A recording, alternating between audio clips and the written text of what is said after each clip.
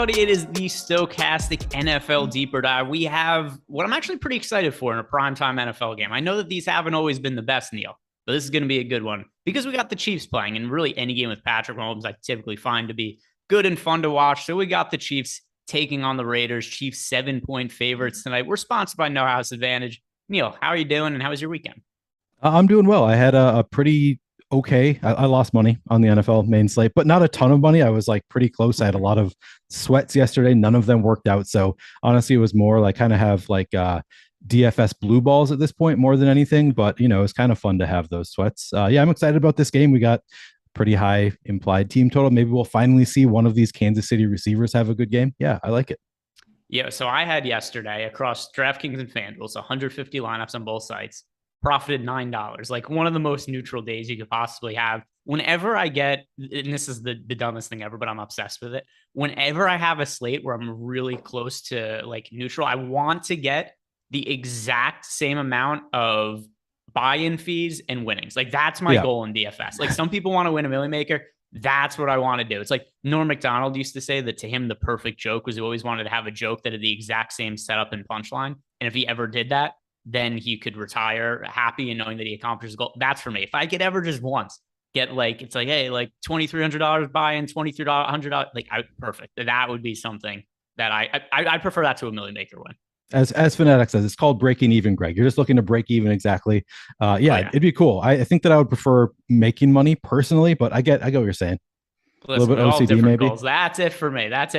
And yeah. I would say that it's probably even harder to do. It probably is. It probably is even harder to do. Like, how do you even strategize around breaking even? Other than just not entering plays possible. You just do nothing but jam the chalk. Yeah, I guess that could work out. Yeah, we'll see. Well, we got some chalky plays to talk about for this slate. Maybe some contrarian plays as well. Like I mentioned, sponsored by No House Advantage today. We've got the Raiders and the Chiefs playing. And let's start on the Raiders side of the game. And beginning with Derek Carr, he is 15,000 over on DraftKings, or 15,000 over on FanDuel. I've got my stuff all mixed up here. 10,200 over on DraftKings. So that's the pricing on Derek Carr. Obviously, we've got a lot of high-end players to pay up for on this slate. Patrick Mahomes, Davante Adams, Travis Kelsey. Where does Carr fit in the mix for you amongst all these pay-up options? Yeah, I mean, so we've got Carr as the fourth highest projected player, I believe.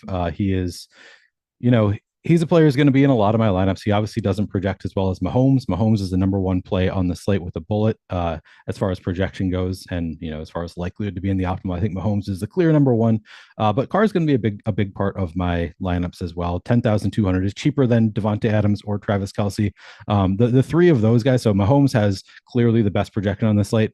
Adams, Kelsey, Carr, at least when I was looking at it earlier, I guess I should refresh the projections, but they were all within like 0.3 fantasy points of each other in terms of projection.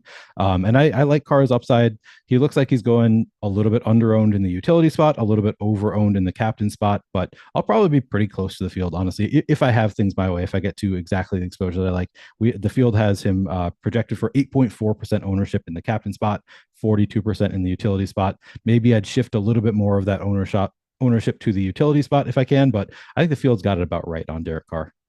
Yeah, on both sides. He's actually, like before I said, my goal in DFS is to break even exactly on one slate. That's kind of what Derek Carr is. He's the equivalent of that for today because you mentioned on DK, he's basically appropriately owned. We have him with 0.5% positive leverage on DK, and then over on FanDuel, 0.6% negative leverage. He's a very neutral play today. Derek Carr, he's not going to be a priority for me. He's not someone who can go into Fantasy Cruncher and thumbs up. He's just somebody that ultimately I expect when I build my lineups, I probably would end up being somewhere around the field on him. So not really the guy who's of the most interest to me in this game relative to what his ownership is. Running back stuff gets pretty interesting for me with the Raiders because Josh Jacobs, particularly last week against the Broncos, was way more involved in the pass game than we would typically see Josh Jacobs. And now we've got him priced up to $8,800 over on DraftKings. He's $12,000 over on FanDuel. Do you think that passing game work could carry over to this week? And especially in a game where if you're getting passing work, could be very beneficial against the Chiefs when they're 7-point underdogs. Do you like the PPR upside that we see in Josh Jacobs on DraftKings? Then we'll talk about him on FanDuel after. Yeah, I like Josh Jacobs. I mean, he's the only really interesting Raiders running back for me. I'll probably mix in some of the other guys a little bit, but it's hard for me to have too much interest in any running back for the Raiders other than Josh Jacobs. He just seems to be the bell cow. He's a talented back.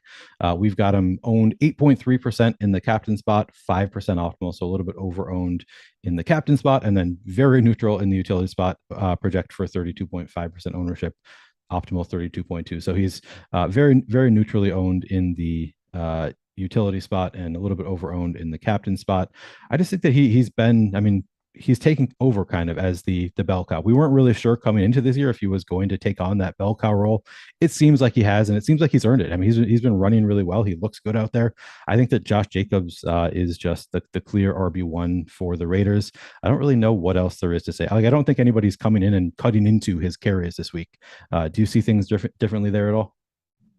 I don't actually. I'm pulling up his stats right now, and I do see Sean V in the chat is saying that this is a terrible game script for Josh Jacobs. And in previous years, I definitely would have agreed with that because Josh Jacobs just wasn't a guy who was always involved in the passing game. They've had other guys who were third down backs, pass catching backs for them. He had 6 targets last week. He had 5 targets the week before.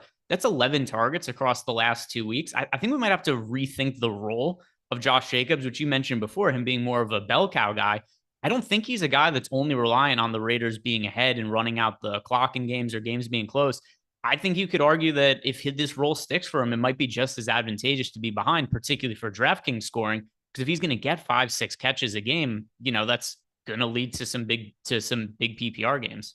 Yeah, exactly right. And then also, I'm just pulling up the snap count just to confirm what I thought I had read earlier. Josh Jacobs played 89% of snaps last week. His previous high in the season was 72%. He played 67 snaps in week 4. So it seems like they are getting they're using him more rather than going away from Josh Jacobs, and that makes sense just given how well he has been playing. The number 2 running back for the Raiders in terms of snap count last week, not counting the fullback Jacob Johnson, Brandon Bolden played 7% of snaps. So Josh Jacobs has just been the pretty clear bell cow here, and it doesn't seem like they're trying to get away from him. Nah, and I do think Zamir White is somebody who could have talent. He was somebody that used some draft capital on this year. But to the point you mentioned before, it is going to be kind of hard to consider some of those other Raiders running backs just because of the role that Jacobs has played. But before we get there, I want to ask you any differences in how you feel about him on FanDuel compared to DraftKings, where at FanDuel, obviously, there's only 0.5 PPR bonus. So over there, we don't have to worry quite as much about his pass catching upside. Priced up to 12,000. He does look like he's about neutrally owned over on FanDuel right now, kind of similar to Derek Carr. Yeah, I guess so. He's cheaper than CEH. He's cheaper than Kelsey, Devontae, Carr, Mahomes. He's also a lot more expensive than Juju, Renfro. Honestly, it's a pretty similar play to me. It looks like he's pretty neutral in the tools. We've got him owned in the captain spot 11% of the time, optimal 8% of the time, very neutral at 35% ownership in the utility spot. I don't know that it's that much of a different play on FanDuel. I think it all comes down to, is he going to have a lot of volume? Is he going to score a touchdown? I think Josh Jacobs is certainly a play that I'm going to get to somewhat on FanDuel as well. Not like my favorite spend up option on the slate, but he's also not as expensive as some of the guys I prefer to get to. So yeah, I like Josh Jacobs just fine. He's not honestly a player that really stands out to me one way or the other. I think the field's got it about right. Yeah, and we got some questions to answer right now in our Discord channel. If you guys want access to our Discord channel, it comes with the Stokastic Plus Platinum membership. If you guys are signing up for the first time, use the promo code NFL Showdown DD. That'll get you 50% off your first week of a Stokastic Plus Platinum package. It also comes with all the projections we have for NFL, ownership projections, player projections, top stacks tool. And then, of course, we've got baseball still going on, starting to wind down, in basketball. A week away from tomorrow, start of the NBA season. All that is covered in our Platinum package as well. The question that we have in here is from Lucky, saying, hey, Greg and Neil, would do any groups for tonight? Was thinking max one of Watson and Gray, basically the cheapy wide receivers. Are there any specific groups that you're setting for this slate? Yeah, so I did a whole showdown video on how I'm setting up my groups. Really, the groups that I focus on when I'm making groups in Fantasy Cruncher, I don't think I would set that rule. I'm not saying you necessarily shouldn't, but that's not a rule that I would set. Usually the groups that I'm focused on making for showdown are related to quarterbacks, just because quarterback is the one spot that other than rushing quarterbacks, you're very much reliant on the other players in the lineup on your team, and also quarterbacks get outscored by the receiving option. Every time they throw the ball, whoever catches the ball scores more fantasy points than the quarterback, and quarterbacks are the most expensive. So you really have to be thinking about those correlations and making groups that make sense around quarterbacks. But I don't think that that's a group that I would set. I mean, because you're not going to get a ton of lineups with those two players in them anyway, because they don't project all that great unless those two players in your lineup allow you to get to other players who do project really well. So I don't believe that that is a group that I would set. Not necessarily wrong to do it, but that's not a group that I would be making. Yeah, I'm not even sure how much. I mean, you kind of alluded to that. I don't even know if I was just running lineups, how many I would get with both of them in anyway. Right. And if you're building a bunch of lineups and you have one or two that have Watson and Gray together, what difference does it make? It's not something that's going to make or break your night. So I don't think that would be one specific rule that you'd have to set at all. Let's get back to talking about some of the other Raiders running backs. And we talked about Josh Jacobs being a bell cow guy, at least as of late. And it's really minimized the role of some of these other backs like Brandon Bolden. I thought there was some idea that he could be a pass catching back coming into the year, but Josh Jacobs is going to be getting 6 targets per game. That kind of minimizes his role. Zamir White is getting touches here and there, not anything significant, but enough to make backup running backs kind of irrelevant for the Raiders. Is there anything that does stand out to you about these backup running backs? Honestly, not really. Neither of them look all that appealing to me. I'll probably sprinkle them into my lineups, but I think there are players that I have more interest in outside of the Raiders running backs. Obviously, they're in play. They could get some garbage time run. They could vulture a touchdown. Jacobs could get hurt. There are a lot of ways for these backup running backs to work out, but they don't really get a ton of run in a neutral game script where Jacobs is playing the whole game. So I think that I'll probably be close to them. Let me see where we've got. We've got Bolden at, I guess if Bolden's under 1% projected ownership. Oh no, we've got him at 4% projected ownership. I don't really see myself getting to 20% Bolden. I could see myself getting above that 4% number just because I've said it many times. I like to get weird on these showdown slates. Yeah. One way to get weird is to play these low owned guys. You got to find them somewhere, but they're not really the low owned guys that I'm focusing on. I'll get to some of them here or there. I'll have outs if Jacobs gets hurt and these guys come in, but they're certainly not going to be a focus of mine unless we get news that, if Zamir White is out, then maybe I'll have a little bit more interest in Brandon Bolden or vice versa. Once inactives come out, something could happen that makes me change my mind. But currently, if they're all in play, I don't think that there's really a backup running back on the Raiders. That's going to be a huge priority for me. Yeah, and I mean, ultimately, what does it matter? Because it's going to be all defenses and kickers that win the slate at the end of the day anyway. This has to be the game that breaks the trend, right? A game that has, what's the total right now? 52, 53 points, something around there. Has to be enough scoring where it's not going to be one of these BS all kickers and defense slates again, right? It's unlikely to be. I don't think we're going to get 2 kickers and 2 defenses. It wouldn't surprise me if we get like 1 kicker and 1 defense, get 2 from that grouping, but probably not all of them. Yeah, enough of that nonsense. No more. Although with that said, it's kind of fun to make fun of. I can't remember a showdown slate where our tools didn't actually really like the kickers. Like it's generally something that we are pretty high on as value plays. And last night I remember Tucker was fairly positively leveraged for us. And that's kind of the case with a lot of these games where we actually do, like, defenses maybe less so, but kickers generally do project fairly well for us. Yeah, I saw a Big T's tweet kind of making fun of simulators and stuff, and I meant to respond to it. I never got around to it, but he was saying the simulations never like kickers. And I'm like, no, that's not true. The simulations typically do like kickers a lot. It's DFS players don't like to play kickers because they think kickers don't have the upside. They're never going to put up 25 fantasy points. So I think DFS players for some reason have a weird dislike of kickers, but I think the simulations generally do like them kind of a lot. Yeah, well, by the way, Juju Smith-Schuster officially active for today. He will play. That was expected. Yeah, I mean, what I definitely don't like them is I'm playing in a yearly league this year. I don't know if you still play in any yearly leagues. This is my first time playing. I do. In a really long time. One of them I'm doing with my dad, and then one of them too. It's an old camp friend who I haven't talked to in forever wants me to go to his wedding. I'm on the fence about it, but I think he thought if I was in his fantasy league, I'd be more apt to. The kickers drive me nuts. I think that's a lot of where. In season long, you should not have kickers in season long leagues. That's the worst. It's the worst. I love them. I love them for showdown. Season long, not so much. Okay, so we've got Ronald Jones out. Nobody else who's really Harrison Butker, obviously, but nobody else who's very relevant for the Chiefs. Yeah. So Ronald Jones out, Harrison Butker out. Backup quarterback out, and then Trey Smith, the guard who's out there. But yeah, nothing we didn't expect to see there that was really going to change anything significantly for the Chiefs. We'll be talking about them after we go through the Raiders here. And let's talk about some of these Raiders wide receivers. Hunter Renfro back in the mix for them. Devontae Adams obviously has been a stud for this team. So starting by talking about Adams over on DraftKings, there's a lot of high price guys to pay up for in this game. We've got Adams, we've got Mahomes, we've got Kelsey, we've got Carr. Ooh, wait. Amongst those, what Sorry, happened? Foster Moreau is out, so that is relevant. I talked about him as somebody that I had kind of interest in my article earlier, but Foster Moreau, we don't have the regular backup tight end for the Raiders. Sorry to interrupt. I just found this list. I thought we should just mention that. Yeah, so it just came out, and I mean it's going to be relevant. It's good timing because we're talking about the Raiders pass catchers right now. But we could start right now with the news that Foster Moreau is inactive. So let's try to dig into some of these Raiders tight end numbers and where we think there could potentially be value. Now, obviously, Foster Moreau being out doesn't mean this is an NBA DFS. It's like, oh my God, there's some backup tight end now who we have to project for, 30 fantasy points or anything like that. But it could open up a little bit of a minor edge. And I know this is something that you love to look for in Showdown is who are some of these peripheral players that are going to be inactive and could potentially open up some other value. So what would you be looking at here with Foster Moreau being out to find value from the Raiders side of the game? I think Darren Waller's in play now.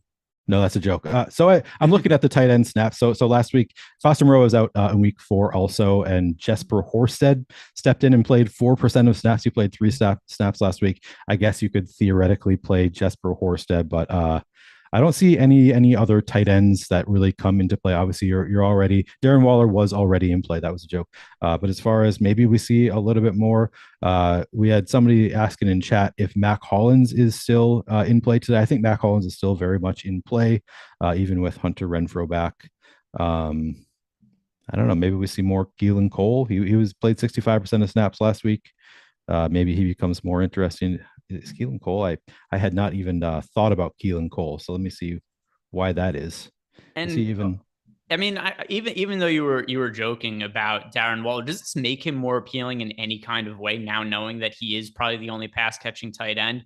For me, I know Waller was already somebody I was pretty low on for this game coming in, just because he's still fairly expensive. We got him being pretty popular, and the work just hasn't been there in the past game for him in the same way this year with Devontae Adams back in the mix. So I noticed when I was looking at props earlier, for instance, Darren Waller's over for receiving yards in this game was 50.5, a mark that he's fallen short of in each of the last 3 games. And actually in the last 2 games, he's combined for 6 receptions for 46 yards. So Waller does seem to be taking a little bit of a step back with Devontae Adams in the mix. Is this a concern for you? And right now, by the way, we do have Darren Waller as being one of the most overowned players on the DraftKings slate. And then on FanDuel as well, we have Darren Waller as somebody who's expensive and doesn't project all that well.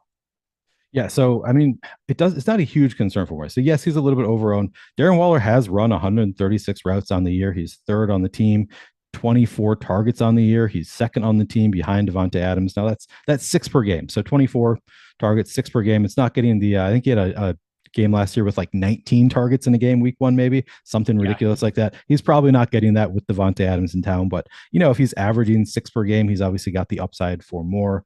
I think Darren Waller is certainly, so I made my column today, and I start by making the studs column, which is just players who project the best. And there was a clear gap between, I think, Marquez Valdez-Scantling and then Darren Waller. And Darren Waller was actually closer to like a defense or the kicker or something. I was like, man, I could make the cutoff before here because there's like a 1.5 projection gap, and I decided to include him because I just think Darren Waller clearly has the upside to have a touchdown and 8 receptions for 100 yards. Like he clearly has that upside still, even at this point. So I do like Darren Waller quite a bit. Even if he is a little bit overowned, I'm still willing to go there to fit him into a number of my lineups. We've got him only owned in the captain spot 1.8% of the time. And according to our tools, that actually has negative leverage. I still think that I'd like to get a little bit above the field on Darren Waller. I just think the upside is there. I'm willing to, eat a little bit more than that 1.8% number. And we've got him in the utility spot 12% of the time, optimal 11% of the time. I think that I'd still like to get probably a little bit above the field on Darren Waller. I just think that he has the upside that we need. What about on FanDuel, where we don't have to worry about the points multiplier, where he's 10,500? Would you consider? I mean, he's going to be very low owned in the MVP spot over on FanDuel. Is that a scenario you'd also consider him as a really contrarian play? Yeah, so I just realized that I was reading the FanDuel numbers there. I had gone to the FanDuel section, so those were for the FanDuel numbers. And yes, I think I'm willing to go there on FanDuel. Yeah, I think that he looks interesting at 10-5 on FanDuel. He's cheaper than Josh Jacobs, Clyde Edwards-Helaire, a little bit more than Juju Smith-Schuster.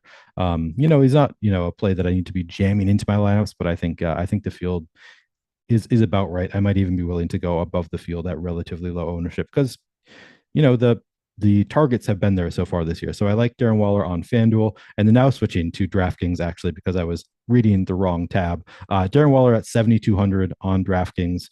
Yeah, he is negatively leveraged. We've got him owned at 3% in the captain spot, optimal 2.2% of the time. We kind of know who he is. We know he's a talented tight end. He's going to have some spike weeks this year. He's been targeted 6 times per game. He should have opportunities. It would not surprise me to see Darren Waller have a good game today. And I think I'm probably going to be close to the field here. Yeah, and then let's get back talking about Davante Adams, who I wanted to talk about. And then we got the earth-shattering news that Foster Moreau is out. And then it's like, oh, we have to talk about some Raiders tight ends here. But Davante Adams clearly has all the upside in the world in this game. But here's one thing that I do find a little bit of an issue for him. He's expensive. The opportunity cost of getting overweight to Davante Adams means that, well, it comes at the expense of exposure to guys like Patrick Mahomes, Travis Kelsey. Relative to what our ownership is on these guys right now, I'd rather get to Mahomes and Kelsey than Davante Adams. It's not necessarily saying like Davante Adams sucks or anything like that, but if I was building out lineups right now, I would prefer to get to shares of Kelsey or Mahomes, just considering some of the price and what the ownership is there. So we have, for instance, Travis Kelsey and Davante Adams have nearly identical optimal lineup scores, but we've got a $600 price savings on Travis Kelsey. So if I was building lineups, I would rather be getting to Travis Kelsey than Davante Adams right now. Does that make sense to you, or do you see it differently? Yeah, no, that does make sense to me. I think that I would rather get to Kelsey than Adams as well, save a little bit of money there. As you said, they're both in the optimal 40.7% of the time, very neutral. We've got Davante Adams coming in higher owned, both in the captain spot and the utility spot. So Kelsey cheaper and lower owned. Yeah, I think I'd prefer Kelsey. It's not really a strong lean for me. I like them both. They're two of the higher projected plays on the entire slate. And they have almost identical projections, but I think that I'm going to like those Chiefs stacks a little bit more. So I could see myself. I think I'm probably going to end up getting to more Kelsey than Adams. The only reason that I'm kind of questioning myself is that I'm probably going to be taking more shots on some of these secondary and tertiary wide receiver options for the Chiefs, and then Davante Adams might make sense as a bring back. So I'm not totally sure that I'm going to get to more of Travis Kelsey. They are fairly similar plays for me, and I think that I'd like to write a narrative where Patrick Mahomes starts throwing it to somebody other than Travis Kelsey, but I've been doing it all year and it has not been working out. So probably not the best narrative to take. It's a narrative that I might be writing a little bit, hope for some of these other receivers to score fantasy points for the Chiefs, and then Davante Adams doing it for the Raiders. It's going to be close for me between those two. Yeah, and the other thing too, and really the bigger point about comparing these high-end guys, Mahomes is the best one by far to me, like the one that I'm really going to be prioritizing. And if you get to a lot of Mahomes, it would be cool to say, oh, it was like when we were talking about the NFL main slate the other day, where it was like, hey, I like Cooper Kupp the best, but I can't just say like Cooper Kupp, Deebo Samuel, Stephon Diggs, and all of them. I kind of have to make decision points somewhere. And if I was building out lineups right now, Mahomes is definitely the one amongst that trio that I get the most exposure to, which also makes Davante Adams a little bit less of a priority for me. For anybody who's, hand building a lineup and might be in between Mahomes or Adams, it's Mahomes in my opinion. I mean, it's Mahomes' projection is just far and away the best projection on the slate. So yeah, if you're breaking it down between those guys, I'm certainly going to have more Mahomes than I do of anybody. Probably anybody else. I would expect Patrick Mahomes to be my most owned player on the slate. He's not going to be in all of my lineups. It's more a question of who I get to more of between Adams, Kelsey, and Carr, and that's where it becomes more of a question for me. But I think Mahomes is the clear number one for me. All right, we've got a super chat from the News God El Negro Loco. Also, he gifted out some memberships in the YouTube channel. So, News God, we appreciate you. And for his question, who wins tonight? It's hard for me to not pick the Chiefs here. I'm actually kind of surprised they aren't greater than 7-point favorites. I thought this was probably to be like a 7.5 or an 8-point favorite. But either way, I'm going to say with conviction, Kansas City Chiefs win tonight's game. Neil, who are you going to pick to win outright?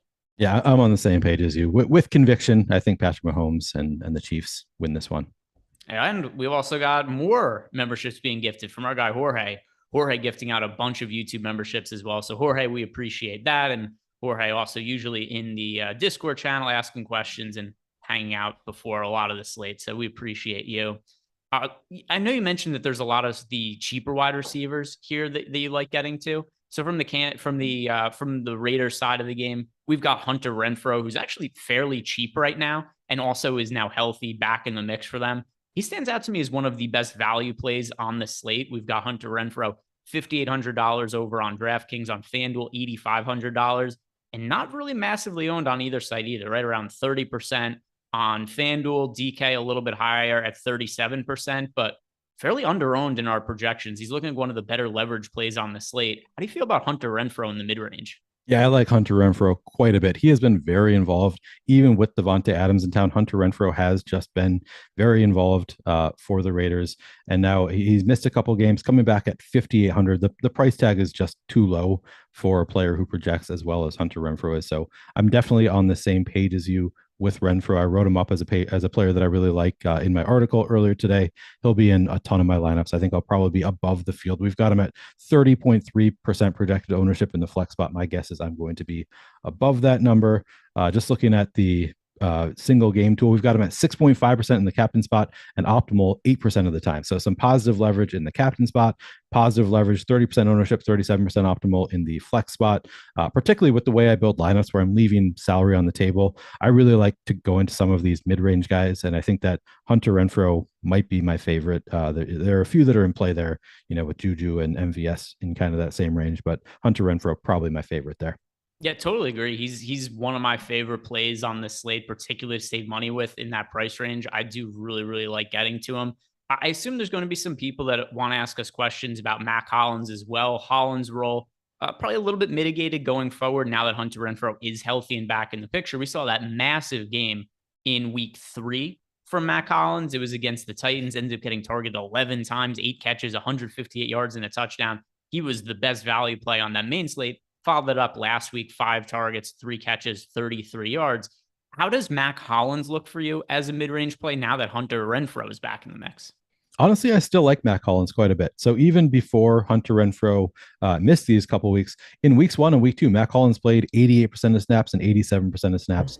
As you say, he's probably a little bit less likely to be involved. I would guess that his target share is going to come down. Although in week 2, I was just looking this up a little bit ago, he did have 8 targets in week 2 with Hunter Renfro there. So Mac Hollins has been involved at times, even with Hunter Renfro there. So at $5,000, I prefer Renfro if you have the salary, but honestly, Mac Hollins, I'm probably going to be overweight to the field on Mac Hollins as well. We've got him owned 3.5% in the captain spot, and we have him optimal 4.5%, and then 19% in the utility spot, 22% optimal in the utility spot. So he looks a little bit underowned in the tools, and it makes sense. He's been he's been playing a lot of snaps for the Raiders, and he has been pretty involved in the offense in general. Outside of week 1, he's been very involved in the offense. So at 5,000, I do have a lot of interest in Mac Hollins as well.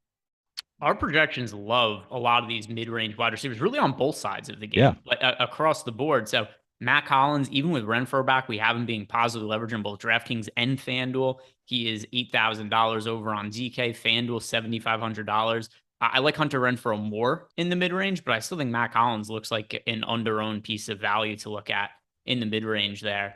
All right, we've got a bunch of super chats coming in all at the same time. So let's knock these out one by one. First, starting with our guy, Jorge, who is the guy for single entry for captain today on DK. And thanks, Neil, for an amazing article today. Love it. If you guys haven't checked out the work that Neil does for single game slates, the showdowns, you should check it out. It's a really valuable piece of content. And Neil's been, as successful as really anybody in single entry or in large field tournaments for the single game slate. So if you guys are interested in looking for some written content, check out all the stuff that Neil does. But to Jorge's question, in single entry, who is the guy? I'm going to say Hunter. I mean, we just talked about him. I'm going to go right by Hunter Renfro. It's going to be Renfro for me. I think there's going to be a lot of times in the later stages of the game where Derek Carr just has to throw the ball because they're probably going to be trailing. And I think Renfro could really rack up PPR points in that kind of scenario. So a bunch of these mid-range wide receivers look pretty good to me, but Renfro is my favorite. So he's going to be my answer. He said the guy, so I don't know if we can give more than one answer. But Yeah. Renfro was one of a few guys that I was thinking there. The other one that really stands out to me, just based on our tools, is Marquez Valdez-Scantling. We have him owned in the captain spot 7% of the time, optimal 11% of the time. So MVS looks really good as a captain as well. He might be another guy you can consider there. All right. The next super chat is from our guy, Eric Traub. Favorite utility under 10% owned. Take a shot on. I think I'm on board with AB's love for Fortson. All right. Favorite utility under 10% owned. Take a shot on. I think it's probably for me, it's going to be Sky Moore, just because we saw him more involved last week than he has been previously. He played more snaps. I think he ran more routes than he has at any point. He's 2,400 and he's a really talented receiver. Like, I think that he's a rookie, so maybe they've been easing him in, but he could theoretically, as a rookie, I think it's a little bit more likely than he would be if he were a veteran. They could be working him in more and more throughout the season. So if he, gets a few more snaps than he got last week at 2,400 as a talented receiver, I could see him paying off that price tag pretty easily. And he's only projected for 4.5% ownership. So I think that's probably Sky Moore for me. I'll say Justin Watson, and the answer is really just who is the cheapest player that I think is going to be on the field at some point in time that might score a fantasy point or two. This is the kind of game that we see from time to times in a showdown contest that could be really high scoring. And you get one of these punt plays that land in an optimal lineup, not because of anything they did, but because of what the high end players did in that game. So if this is a game where, let's say, that Derek Carr goes off in a big way, Patrick Mahomes does, then it stands to reason that both of them could land the optimal lineup with whoever their predominant pass catchers are, potentially, like Devontae Adams, Travis Kelsey, Hunter Renfro. And if a lot of these high end guys go off, you just need the salary savings. And there's a lot of times where I just won't really be that inclined to play guys that project really poorly because they project really poorly. But this is, like I said before, it could have less to do with the player and more to do with who the other players are on the slate that it allows you to get to. So that's why I'm going to say Watson, just from a standpoint of he's $1,000. He's going to be on the field, and he's going to enable you to, even if he puts up one or two fantasy points, that could be enough to beat out some of the other punt players and just to let you pay up to a lot of the stars on the slate.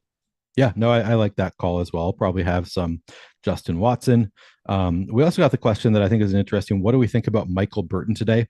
Now, the best answer I can give is nobody in the $200 range looks great. I did say in my article that of those players, Michael Burton is my favorite. He's very unlikely to do much. He's had like 2 carries and a target or something so far this year. So he's pretty unlikely to do much. He's my favorite of the $200 options just because I think that he's probably the likeliest of those options to just get a random goal line carry that could be a touchdown. So I'm fine with Michael Burton. He's not somebody I'd play in the first lineup I make, probably not one of the first 10 I make, but if you're making a 150 set, I think I'm going to take some shots there and just accept that I'm probably eating a zero. We've got a super chat from my fellow arc, Greg. I think Sean Zahn works with you guys. He does. He helps manage the projections, and he's one of the sharpest people that works here. He beat me by 0.5 DFS points yesterday in the 20K to first. So give me a captain so that I could beat him today. All right. So I said before, my overall favorite captain on the slate, all things being considered, is Hunter Renfro. So that is still my answer. But another one that I really like in the mid-range we'll talk about a little bit is Juju Smith-Schuster, who it looks like he's going to be totally good to go. We got word just as we were starting the show that he was officially going to be active. Those are my two favorite captains when considering, price and role and all that today, Hunter Renfro and Juju Smith-Schuster. So I'll give out that one as well. I didn't want to answer his question with just the same answer I just gave to the other one, but I'll say those are my two favorite overall captains today over on DK. Neil, do you have somebody else to add to the mix? Yeah, I mean, I think that we've talked about who our favorite captains are. As you said, Renfro, MVS look great. Juju is an interesting captain play in terms of positive leverage. You could think about Mac Hollins. I'll probably have above the field, though. I prefer those other guys over Mac Hollins, but I'll probably go there. The kickers, again, nobody wants to play kickers in the captain spot, but again, upside is relative to, you got to think of upside in terms of the lineup itself, and kickers are the likeliest of the cheap options to put up 12 to 15 fantasy points. They allow you to get to some of those studs that you want to get to. So you can consider some of those kickers as well, even though they're not that sexy. I think we've covered it pretty well. And then the next question we have is from Jets World. He's saying last man in on DK. Gray, Fortson, or Cole? All right, so Gray, Fortson, Cole. It's Noah Gray amongst those guys for me. Yeah, I think Noah Gray has been pretty clearly the most involved of those three. I don't even know if Keelan Cole is going to play today with Hunter Renfro back. I brought him up as somebody who maybe he gets a benefit with Foster Moreau being out. Maybe he's still in play, but my expectation is that he's probably not going to have much of a role. And we have him projected for 0 fantasy points. So we're probably not going to see a ton of Keelan Cole today. Yeah, it's gonna be Gray over Fortson for me. But Fortson he looked like later in the game last week. Fortson was on the field quite a bit. So maybe I have interest in both of those two. I'm probably not playing Keelan Cole, but it would be Gray over Fortson for me. Yeah, and I'll point out too in the Discord chat, we got legalized. He doesn't even care about the game tonight. He's just looking for Thursday night football. We're gonna have Justin Fields versus Carson Wentz the Ooh, upcoming week. So yeah, yeah. so hey, we all get excited about different things. Is there anybody that we haven't talked about on the Raiders yet that stands out to you, whether it's the kicker, the defense, or any ancillary pieces that didn't come up in conversation? All right, let me look through real quick. Didn't love the running backs that much. Wide receivers, we talked about Renfro, we talked about Matt Collins. Um, Yeah, and obviously Devontae Adams. Tight end, we talked about Darren Waller as somebody who's interesting. I mentioned that you could theoretically play Jesper Horsted, but even without Foster Moreau last week, Jesper Horsted played like 3 snaps, so not a high likelihood play. Not somebody I'm super interested in. Obviously, Daniel Carlson. The kickers and defenses in general, they're going to project pretty well point per dollar. They're going to make it into a lot of my lineups, and the kickers are going to look better today than the defenses. So, yeah, I have some interest in Daniel Carlson for sure. Been a very promising kicker who was cut by the Vikings because he missed a couple field goals in one game as a rookie. Immediately cut, goes to the Raiders, becomes one of the best kickers in the league. But yeah, I'm not bitter, and I do have some interest in Daniel Carlson tonight at 16% ownership. I would guess I'm going to be close to maybe even above the field on Daniel Carlson. Defense, it's tough because I mean we've got the Raiders at 8.5% projected ownership. That seems about right, to be honest. I don't really know. I don't think I'm going to get to as much defense as I would on some slates. I'll probably be above that number. I probably will actually get above the field on the Raiders and just have some lineups that have the high projected pieces for the Chiefs along with the Raiders defense, and hope that they get a pick six at some point and it doesn't throw off all of my Chief stacks. So yeah, I have some interest, but the kickers in general are going to project better than the defenses on a night like tonight, where the teams are just expected to put up a lot of points. So, but just piggybacking what you said before, kicker, brutal job in the NFL because there's this thing where you have like a couple of high profile misses and like you're done with the job forever. Some teams like, oh my god, this guy like, oh yeah, he might have been a good kicker for 6 years, but he missed 3 of his last 4. He's out of a job forever. So definitely a tough gig. Yeah. Although Mike Zimmer also made a number of terrible decisions, which is why Yeah. he's not in the league anymore. But yeah, Carlson, as far as players sub 4K go on this slate, he's actually my favorite one of the entire slate on either side of the game. I don't think there's anybody I like more sub 4K on DK than Carlson. And then over on the FanDuel slate, when it comes to Carlson at 9,000, I think he's also a decent play in that range. But I do think Carlson's a good source of value tonight. Yeah, same page there. They're probably going to have to be kicking some field goals. Probably a lot of points will be scored, and it could be through field goals. So I like Carlson a good amount tonight.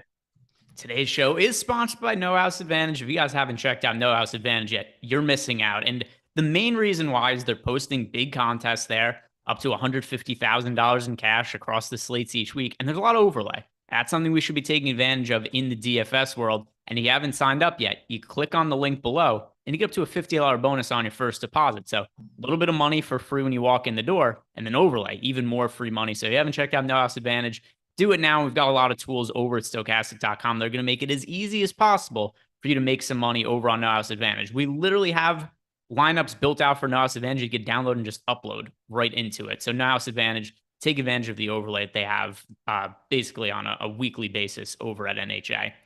Let's talk about the Chiefs side of the game, and starting with Patrick Mahomes. It's as simple as this: play him. He is the player that I think warrants the most ownership in the entire game. We have him with the highest overall odds of landing in the optimal lineup. We have him as being really popular and still under-owned over on DraftKings. So to me, over on DK, and it's going to apply to FanDuel as well. If you have the salary to play with Patrick Mahomes, you should play Patrick Mahomes. Yeah, let me read you some stats about Patrick Mahomes. No, I'm not going to read any stats. Patrick Mahomes is just really good. He's just the highest projected player on the slate by a good amount. Play him if you can fit him in your lineups. He projects better than anybody else by like 5 fantasy points. If you can fit Patrick Mahomes in your lineup, do it. Yeah, I don't see any other way around it. And we also had a question that just came into the Discord channel. I'm pretty sure. Here it is. Yeah, somebody had asked. I can't find the question anymore, but somebody asked who the best captain was for cash games. It's Patrick Mahomes. Yep. And then He we just got projects so much better. Yep. yeah. It's just such a gap between him and everybody else. And then we got a follow-up question from Jets World here. Strategy question. If you're playing a 4-2 Chiefs to Raiders stack, would you lean more towards the Chiefs or Raiders kicker? No defense in either side. So 4-2 Chiefs to Raiders stacks, would you lean more towards the Chiefs or Raiders kicker? I don't really think it matters that much. Are you strongly opinionated on this? I think I have a preference for the stack that you're including them with the rest of the stack in general. I think that, because if a team is down too much, they're not going to be kicking the ball late in the game, whereas the team that is leading is more likely to kick the ball late in the game. It's not a strong lean, but I think that I have a slight lean to have the kicker from the favorite team. It's not something that I build into my lineups at all. It's just if I were hand building, I think that's the way I would think about it. Got another super chat here from Big Mike NY21. Double kicker in the flex, DK Cash, crazy or smart? So I haven't seen what I would project as the highest optimal lineup. I'm not sure I'd play both kickers in cash games today. I don't have an issue with either of them individually, but there are so many good wide receiver plays I like in the mid range today between Hunter Renfro and Juju Smith-Schuster. I don't know that I'm going to need the value of both kickers for that reason. Yeah, I'm not sure.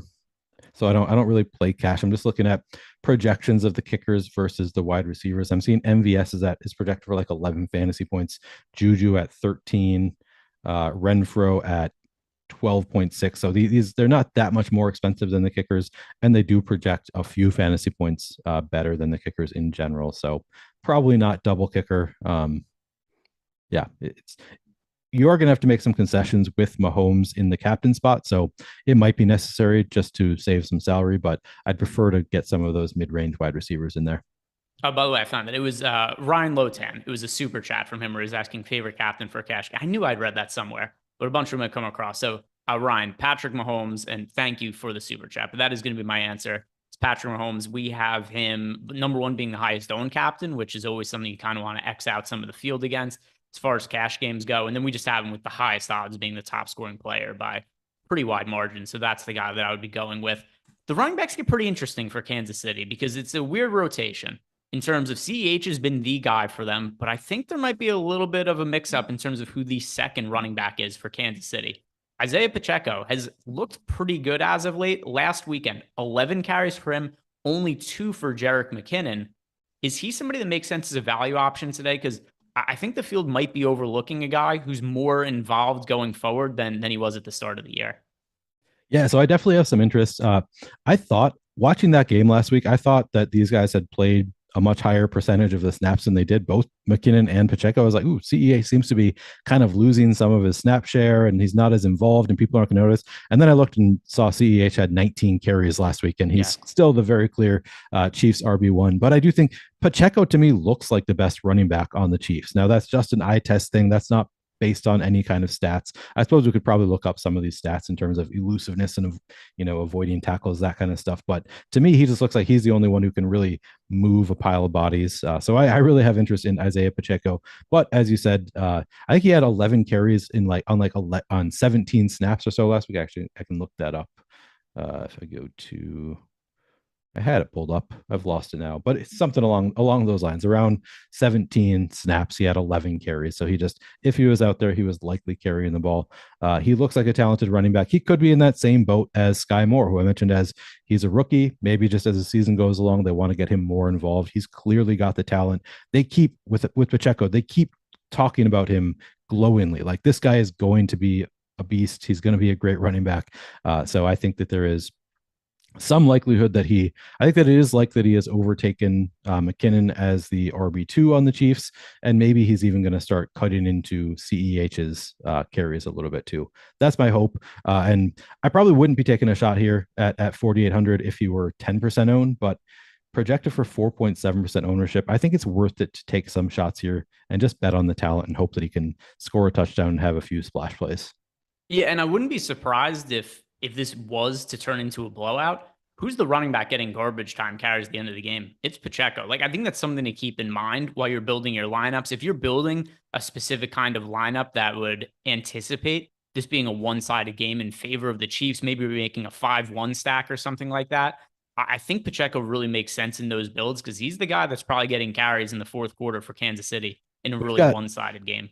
We've got Matt Savoca updating us in the chat. He says Pacheco has a 33rd highest elusive rating in the league according to PFF. So that's the stat that I wanted. But then he adds CEH is 18th. So they both look pretty good. I guess CEH looks a little bit better in terms of elusiveness. I wonder about like yards after contact. Do you have that on hand, Matt Savoca? Because that's another thing. At least last week, it looked like Pacheco was just moving bodies around. They would get to him and he would just keep pushing through. So I don't know. That's just eye test, so that is not based on any kind of stats. But thank you, Matt Savoca. Always, he's always got that stuff at the ready. Yeah, it's yeah, so he's got CH 18th, Pacheco 33rd. Yeah. It's good info. PFF has that interesting info they don't really get anywhere else. Kind of a combination of eye test and stats. So always some useful data. Though some of it does end up being really weird. We'll all of a sudden be like, "Hey, Patrick Mahomes sucked this week." Not according to my eyes. Like there will be Right. some weird grades that come out from PFF. But what do you make of CEH as a running back? Because like you said, it's a spot where even though Pacheco got more work last week, it didn't come at the expense of CH. He still got 19 carries on the ground. Got him at 7,400 this week over on DK. FanDuel, he is 12,500. I think he's a little more favorable looking on DK than he is on FanDuel, just because the price point he's at on FanDuel. He's more expensive than Josh Jacobs. He's only $1,000 cheaper than Travis Kelsey. So I do prefer him on DraftKings FanDuel. I'm going to prefer getting to some of those other guys. Where do you stand on CEH, who's a little more expensive than some of those mid-range wideouts we like? Yeah, I'm on the same page as you. He's a guy that I often sacrifice because I'm like, I want to get to some of these guys who are going to be lower owned. And CEH is often a guy that I end up sacrificing. His ownership doesn't look too out of hand this week. We've got him at 6% owned in the captain spot, 4% optimal. So a little bit of negative leverage there. But then in the utility spot, we only have him owned 28% of the time. That's not too massive. We've got him optimal 29% of the time. So the ownership looks fair on CEH. The price tag looks about right for a guy, 7,400 for a guy who had 19 carries last week. And I think he had 2 receiving touchdowns. Maybe I'm misremembering that. He had at least 1 receiving touchdown. He's involved in the passing game. He's always got that upside, and he's cheaper than Josh Jacobs. Yeah, I'd like CEH just fine this week. My guess is I'm not going to be cutting too far under the field at these numbers. At 6% captain, 27% utility, I'm not going to be able to cut too much back on CEH. All right, so let's start talking about some of these Chiefs wide receivers and the players that I'm going to be most overweight to today. One of them's Hunter Renfro. We talked about him before. The other 2 are other mid-range wide receiving options for the Chiefs: Juju Smith-Schuster, Marquez Valdes-Scantling. So one thing about Patrick Mahomes is we know he's clearly one of the best, most valuable players in the NFL. But for the longest time, a lot of the targets were going to Tyreek Hill and Travis Kelsey. Kelsey obviously still getting his targets, but the other wide receiver targets more spread out this year. There's not a guy who's taken on the usage that Tyreek Hill had last year. So as a result, I think it's going to be hard on a week-to-week basis to figure out like who's going to be the guy in the wide receiver core. Is it going to be Juju? Is it going to be MVS? But for an individual one-game slate, I'm willing to take a lot of chances on both of them because they are relatively cheap considering what their upside is. So the odds of them having the type of ceiling game that Tyreek Hill had in the past, it's considerably lower. But that upside still is there for any of these guys, especially somebody like MVS who has the ability to make big plays down the field, assuming he's actually able to catch the ball and doesn't drop it. But MVS, Juju Smith-Schuster, Hunter Renfro, these are my 3 favorite mid-range plays on the slate to save money with. Yeah, I'm totally on the same page as you. I love all these guys. Patrick Mahomes even said this summer, like, there's not going to be a Tyreek Hill. We're not really going to have a wide receiver one who's going to be the every week guy who's putting up points. And of course, that has come to fruition. Of course, so far it's been nobody from the Chiefs has really done much. So it's been pretty disappointing to have these Chiefs wide receivers so far. But at some point, somebody's going to have a breakout game, and I think MVS and Juju are really set up to break out at relatively low ownership. We have Juju in the captain spot 7% of the time, projected optimal 9% of the time, projected for 32% utility ownership, optimal 37% of the time. So just positive leverage on Juju. We should mention that he did have an injury. He has a hamstring, was acting up on Friday. but he's expected to play. I don't think they'd play him if they're expecting it to be an issue going into the game. Of course, it can flare up at any time. There's risk involved, but this is Showdown. You got to take some risks, and I'm willing to eat some Juju. I'm probably going to be above the field there. And then MVS as well always has that home run potential. As we said, 7.3% in the captain spot as far as ownership goes, 11% optimal positive leverage there, 28% ownership in the captain spot, 36% optimal. So MVS looks fantastic as well at 5,200. It would not be shocking at all to see him put up a 50-yard touchdown today. It's going to happen at some point. Why not today? So I really like both of those plays as well. Yeah, and I do wonder if we're going to see a little bit of reduced ownership on Juju. At least I'm hoping this, so I'm trying to talk myself into it. But how many lineups did T. Higgins kill for people last night? He had an over-under of, because when his snaps share started to go down in the second quarter yesterday, DK put up an over-under. His receiving line prop at halftime was 3.5. I wish I would. It was, to me, I was looking at it as like, no matter what I bet here, I'm going to feel dumb if I'm on the wrong side of this. But he ended up not playing in the second half. He got ruled out. I do wonder if that kind of experience with T. Higgins being in north of 40% of lineups might drive down the ownership a little bit of Juju in large field tournaments today. I've seen some chatter. Yeah. Yeah. Whenever I see something get talked about in the YouTube chats, like, no, he's for sure going to get hurt or not going to play in the game. I mean, it's possible. I'm not going to say that that's an impossibility, but that's a hard thing to predict where somebody is with an injury. And I do think the sour taste of T. Higgins might prevent people from getting to Juju, which does make me like him more. Yeah, it makes me like him more too. And Big Gritter says Higgins killed my lineups. Yeah, he killed my lineups too. He killed all of our lineups. But we can't blame Juju for that. So I do think that Juju is a guy who might go a little bit under-owned as a result of the T. Higgins shenanigans yesterday. Super chat from Sam Pierce, best overall captain for DK. For me, that is Hunter Renfro. That's the guy relative to price and ownership, all that considered. I like getting to the most. And then who is the best under 2,000 play on DraftKings today? All right, so let me sort by salaries here. Best play on the slate under $2,000. That is Noah Gray for me. Under 2,000. So I said I like Sky Moore, but he's above 2,000. Yeah, I think it's Noah Gray for me too. He's just very involved. He plays a lot of snaps. They'll throw him the odd touchdown at the goal line. He's somewhat involved anyway. So yeah, Noah Gray. Yeah, and he's picking up a little bit of ownership, right around the 10% mark. Actually, earlier we got a question I just realized where somebody said, who's our favorite play under 10%? At the time we got asked that, Noah Gray was projected for north of 10% ownership. But on the most recent update, he's now south of 10% ownership. So I could amend my answer and say Noah Gray now. So kind of cheating because I'm backtracking here because he was over 10%. But I'm sticking with Sky Moore. All right. Noah Gray for me, just the 600 price tag and what it opens up for us from a salary saving standpoint. Yeah. Let's talk about Travis Kelsey next, because we talked about the other preeminent pass catchers for Kansas City, but not Kelsey, who is one of the best overall projected plays on the slate. To me, a guy that also, like a bunch of other guys we've talked about in this game, and does happen a lot on showdown slates, about neutrally leveraged. We've got him with nearly identical odds of landing in the optimal lineup as what his projected ownership is. And that's kind of the same on both FanDuel and DraftKings. FanDuel over 3,500. I certainly like getting to Travis Kelsey. In single entry tournaments, I actually do think Kelsey makes a lot of sense as the MVP option on FanDuel, just because so many people are going to go to Mahomes in that lineup. So that is a spot where I really do think that Kelsey makes sense. We do have him with the third highest odds of being the optimal captain over, or optimal MVP over on FanDuel. Only Mahomes and Carr are ahead of him. So Kelsey, a good guy to pay up for, but I'm not going to force him into lineups. If the salary works, cool. If not, I don't think he's somebody I have to go out of my way to get in. Yeah, I mean, we talked about Kelsey a little bit when we were talking about Devontae Adams earlier. Yeah. Adams, Kelsey, Carr all project very similarly. Mahomes clearly projects better than them. I'm going to have a mix of those guys in my lineups, and it's really going to come down to what does the lineup construction look like? What does the correlation look like? I'm going to have them in lineups that make sense with those players. I don't know yet who is going to be the highest owned for me of Adams, Kelsey, and Carr. I like them all. I'm going to have a good amount of each of those players. Travis Kelsey will probably make it into a number of lineups with Mahomes, but also we do like those cheaper Chiefs options, and just have to hope that maybe they go to some of those guys in the end zone a little bit more than they have been so far. But so far it's been Travis Kelsey. He's been the guy. What else can you say? That he's likely the guy that that Patrick Mahomes is going to be looking at first. He is his favorite receiver on the team. I'm hoping that he doesn't always go there today, but it is still the likeliest outcome. He's going to be in plenty of my lineups. And then are there any other pass catchers here that are going to be important to you from the Chiefs? We have covered a lot of them at this point. We haven't talked about Mecole Hardman, but pretty much every other guy that runs routes for them we've mentioned at this point.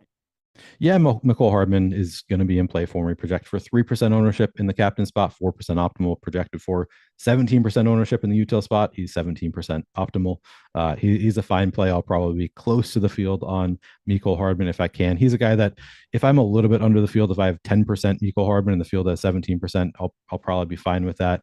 Not the biggest priority for me as far as Chiefs pass catchers go, but he's not a guy I want to full fade. He's going to be in my lineups for sure. Other pass catchers we talked about, Noah Gray, Jody Fortson is somebody that I'm going to be playing some of. We're on the same page. We prefer Gray to Fortson, but I think Fortson is certainly in play at virtually no ownership. We saw him on the field a good amount in the last game, and who knows, maybe he's getting more involved as well. Let me go to my fantasy cruncher real quick just to see that view, see if I'm missing anybody. Yeah, and then while you're on it, this is not a game where I don't think this is going to be a big defense game. So the Chiefs, if you have them in a couple lineups, fine. But another spot, like I'm not dying to play the Chiefs or the Raiders defense today. And I also think we're going to start getting to a point where people are just going to play more of defenses in some of these showdown contests based on some recency biases. So maybe I'm wrong on that, but Chiefs Raiders for me personally not going to be something that I'm really dying to get to. And then Matthew Wright as a kicker. If I'm rostering one of the two kickers today, I do prefer getting to Carlson than I do getting to Matthew Wright. Okay. Yeah. I don't have a real strong take on the kickers. It's going to come down to the lineup where they fit in. I do want to just point out, because we're talking about defenses, the Raiders defense is getting virtually no ownership on FanDuel. I do have some interest there at projected for 5.8% ownership in the utility spot and 0.4% in the captain spot. I think that I'll probably be above the field on the Raiders defense on FanDuel. But I mean, I can see why they're getting such low ownership. Obviously, it is a really tough spot against the Chiefs. But Patrick Mahomes is not the only one who handles the ball for the Chiefs. Somebody else could fumble it. There are other ways to cause turnovers and score some quick points. So I'll probably take a few shots on the Raiders. I wouldn't mind being above the field on the Raiders defense. And then, the Chiefs defense, I'll have probably close to the field in every spot. They're not getting a ton of ownership. I think that's probably right. These defenses, it's not a great spot for defenses tonight, but I'll probably mix them into my lineups just because they are cheap.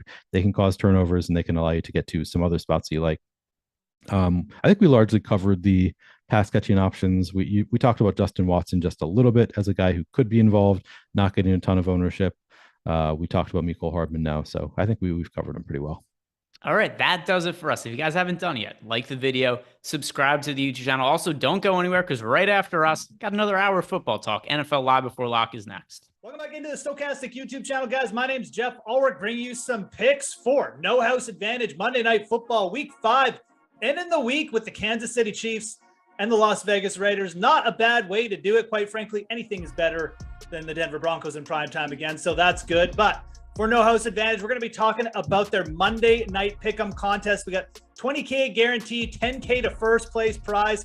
Lots of overlay still at No House Advantage. If you haven't checked out the site, I definitely recommend doing it. And if you're new to No House Advantage, use promo code Stokastic. When you're signing up there, you get a $50 match deposit bonus there. Deposit $50, get a free $50 in return. It's a great way to build a bankroll with No House Advantage. And again, they got a couple ways to play there. They got the Pick'em contest where you're creating lineups. You're inserting props into a lineup with different values, 10 down to 1. You're playing against a bunch of other people. It's got DFS components. It's a great strategy game, just like you would in a regular DFS site. Going up against bigger fields for bigger money. So lots of game theory involved there. We're going to talk about the props there too. There's also the versus the house contest though, where you create your own multiplier tickets, you can win big money, put them all together. We're going to go over the props that we like the most. We do have free projections over at stokastic.com for No House Advantage. So really recommend checking them out after this video, I should say. Again, free projections for No House Advantage, worth taking advantage of. We're going to go over them, the biggest plays that we like for this week. We got the Raiders, we got the Chiefs. It's a 7.5 spread right now. This total has moved up to 52 as well. We got the Raiders coming in a little healthier on offense, and that's where we're going to start actually with our picks. We're going to start with Hunter Renfro. He's due back for this game. He had some concussion issues, but Renfro's playing. He practiced. He's off the injury report. His line on no house advantage is 45.5 receiving yards. This one is actually projecting as too low. Oftentimes, we'll really lean towards the under on no house advantage. But this line with Renfro is too low. He caught 20 balls against Kansas City last year in just 2 games. Now, obviously, that was without Davante Adams in the lineup. But even in the 2 games this year where Renfro has been active and Adams has been in the lineup, he averaged 8 targets a game. He actually out-targeted Adams 10-7 in week 2. So 45.5 receiving yards. We like going over on this one. Again,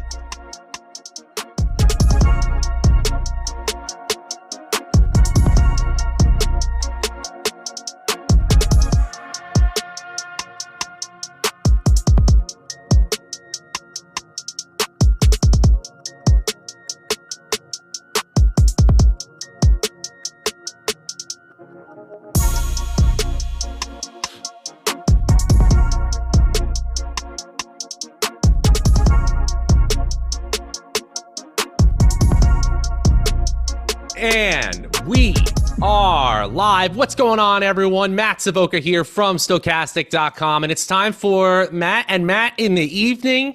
Matt Savoca, Matt Gajewski, breaking it down live before lock. Hopefully we have some scoring in this primetime game because we haven't gotten it in the Sunday night game, and I want to gouge my eyes out because of the Thursday night game. Now we got the Raiders. Now we got the Chiefs. We got a 52-point total, and we got Gajewski, the NCAA and NFL guru, to break it down. Follow him at Matt_Gajewski. How are you this fine Monday evening? I'm doing great, man. And you know me, I love me some ugly football. Doesn't have to be NFL. I'll be out there in those USFL, XFL, college treats when Mac returns on Tuesday. If it's football, I'm out here trying to break it down. But luckily tonight we get a total above 50. A game that should be semi-competitive. It's a kind of a lopsided spread, but you know, Vegas has played these games close in the past, so I'm really looking forward to the game we have. I am absolutely looking forward to it, as I am all football, but man, you are in the weeds, my friend, and I already see the love in chat coming in towards you, Goat Jesky, as they call you these days. Yeah, so you mentioned there should be some high scoring here. The Raiders 21st in pass DVOA, 6th actually in yards allowed per pass attempt. That just shows you how not so good that stat is. The Chiefs are not so good either in a lot of these advanced metrics. And so ultimately it comes down to, do the Chiefs do what we expect them to do offensively? They currently have an implied total over 29 points. And can the Raiders overcome not only a Chiefs defense that has been a little bit improved, but get anywhere close to the 30 points they might need to score? What do you think there? I've lost money on this game a lot in the past, betting against the Raiders. Last year, the Chiefs kind of righted the ship a little bit, and we're able to blow out the Raiders a couple times. But historically, this team with Derek Carr has actually given the Chiefs some problems. Now, when you look to today's game, a spread sitting around 7.5 in some spots, I do tend to side the Chiefs' direction. And I think the weaknesses on Las Vegas's defense can be exploited by Patrick Mahomes in particular. On the other side, the Chiefs, I like their defensive makeup. They haven't always put that talent to use on the field. But when you just look at those 2 units, I do believe the Chiefs will have more success moving the ball and ultimately play this game to the spread, whereas I am a little more hesitant with Vegas just from a bird's eye view. Yeah, I totally agree here. Now, let's put feet to the fire. Just off the top of your head, I did this game with Eric on the Thursday night stream. What do you think the chances? We got an implied total of 52 points. What do you think the chances, in terms of percentage, just off the top of your head, this game goes a touchdown or more over its total? I'm going to put that at 40% chance. Okay, we're very similar. Eric and I were the same way. He had 12, I had 20 on Thursday. I had 30 in my head. You had 40. Just because the total is high already, sitting at one of the highest on the slate. The whole slate, I should say. So I do think, just based on our initial outcome, what's the most likely thing when everyone's talking in chat about what's the most likely thing to happen? Scoring is what we think is going to happen tonight. That's what you should keep in mind as we get to all of the position by position breakdowns we are about to get into. But I did see the super chat from Jillian. Thanks so much. It was last hour, but the guys missed it. We want to cover it for you. Waller at captain right off the bat. What are your opinions there, Matt?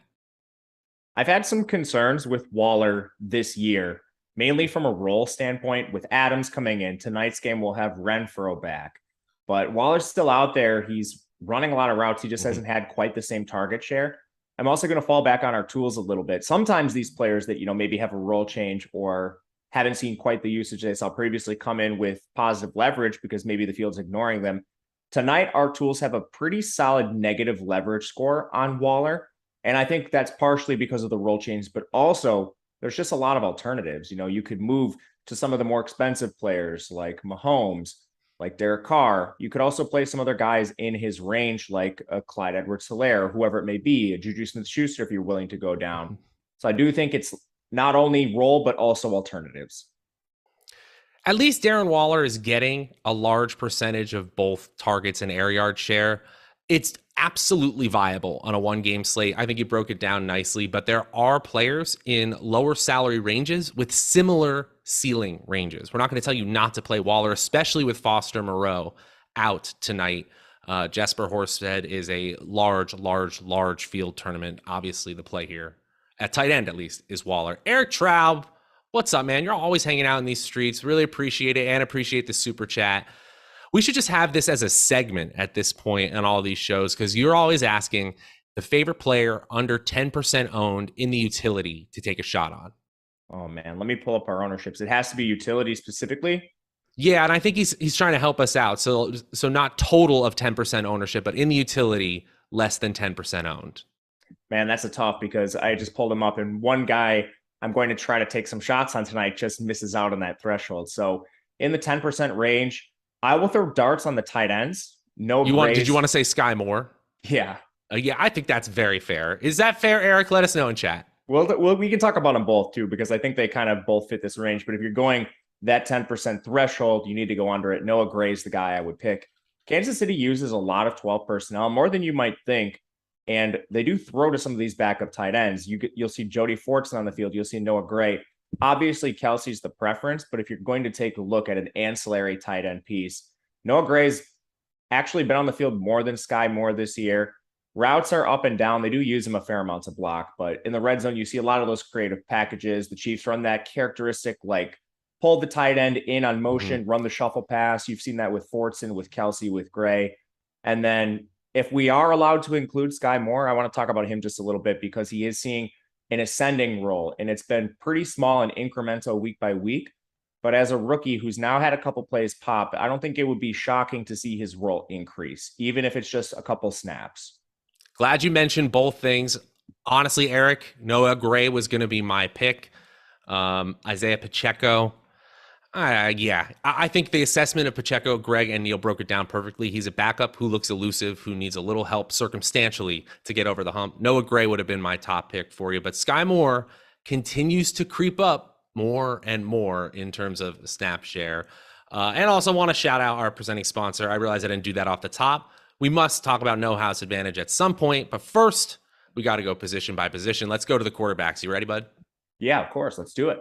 Let's do it. You know their names, Derek Carr and this pretty good quarterback named Patrick Mahomes. You're going to have to pay a whole lot in salary. The very simplistic answer, of course, as they said last hour, if you got the salary, play Patrick Mahomes. What is the way, if any, you see the Raiders slowing or stopping Mahomes tonight? Honestly, I don't think they're going to. They have a good pass rush, but their back end is pretty weak.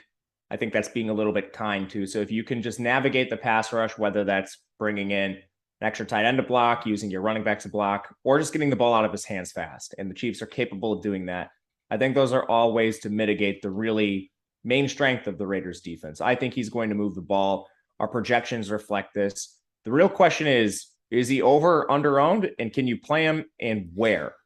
He still has positive leverage for us. So I think we should be considering him across the board. The question to me that I want to pose to you is, are you looking more in the catheter or the flex in a majority of your lineups? So it comes down to contest selection. I don't want to hedge overly too much. I don't want to hedge too much, but I do think that if you can fit Mahomes as a captain, makes the most sense, especially on FanDuel. Like, don't even consider it if you're doing something in cash. But the minute I start trying to win a tournament and start to try to differentiate myself, start to try to be unique, it looks more and more likely that I'll get to more Mahomes in the flex position, especially on DraftKings. He has one of the higher leverage score if you separate out the flex leverage and the captain leverage on our entire board right now on the Boom Bust tool.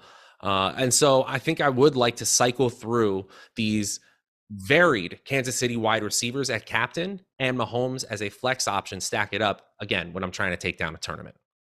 Yeah, that's something that I was looking at too, because like you mentioned, the discrepancy between captain and flex was notable to me. And if you watched our show this morning, Lofty and I talked about this with Kelsey. We've gotten some updated numbers.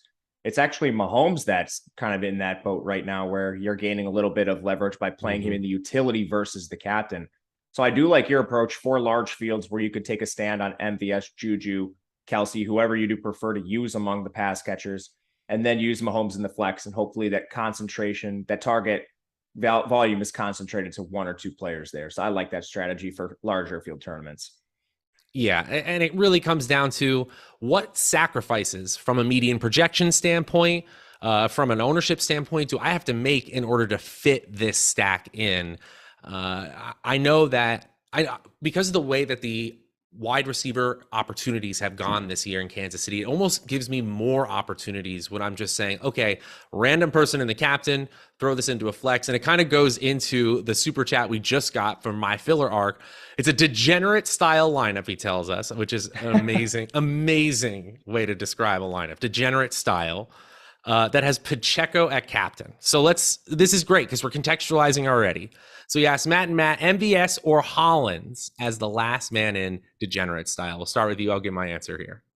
Go to MVS. You're playing Pacheco in the captain. What extra leverage do you need?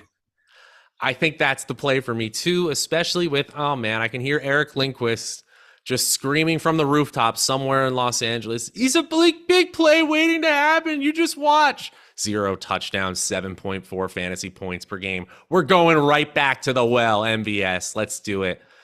80% route participation rate, 48 slot snaps this year. They've been using him uniquely. 19% targets per route run. I'm going with Marquez Valdez-Scantling. Okay, now we bounce it back over to Derek Carr. Thank you guys for all your super chats. Appreciate it. Feel free to derail us with all the love. We love that. But Derek Carr, obviously got to talk about him. The Chiefs, I was actually looking at it. They are outside the top 20 in DVOA. They're 27th in yards allowed per pass attempt. So as much as I thought that they were improving, PFF grades have them decent. Derek Carr at 10,200 on DraftKings compared to Mahomes 12,000, that starts to look enticing, especially when they're implied for 23 points as a team. Yeah, I think you can make that pivot for sure. That would be something I do in more of smaller fields, not your cash game style builds, but I do like Derek Carr here. I'm a little more optimistic that the Chiefs will turn it around just looking at their player personnel, not only on the back end, but up front too. I think they have an excellent pass rush. And if I'm looking at mismatches between what the Chiefs have on defense and what the Raiders have on their offensive line, I do believe that is a big mismatch. Even like a George Karlaftis, their rookie, they drafted out of Purdue. He's been excellent in his young career, and he's only ascending. And the biggest question on that Raiders offense is without question that offensive line. So I wouldn't be surprised to see them have success. With that said, you've mentioned the cracks, which because they've shown cracks, I have no hesitation getting to Derek Carr in some smaller field stuff. He's a quarterback on a one-game slate. You have to contextualize all that we're saying, all that the warts on the profile. It still means he's a quarterback. He's likely to score a lot of points in many, many game scripts. And we're talking about a team that's 8th in team pass plays per game in the Raiders, number 1 in red zone pass attempts this year, and number 8 in deep ball pass attempts.